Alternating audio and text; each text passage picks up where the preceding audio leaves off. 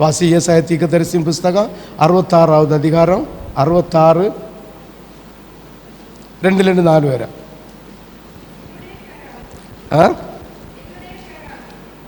என்னுடைய கரம் இவைகளெல்லாம் சிருஷ்டித்ததினால் உண்டாயின என்று, ஆனாலும் சிறுமைப்பட்டு ஆவியில் நொறுங்குண்டு என் வசனத்துக்கு நடுங்கிறவனையே நோக்கி பார்க்கிறார்.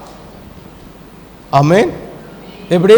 ஆண்டுடைய வசனத்துக்கு நடுங்கிறவனை தான் கர்த்தர் நோக்கி பார்க்கிறார்.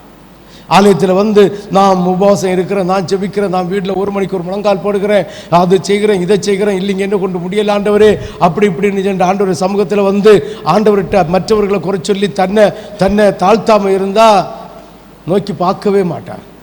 ஆமென். ஹல்லேலூயா, ஹல்லேலூயா, ஹல்லேலூயா, ஹல்லேலூயா, ஹல்லேலூயா.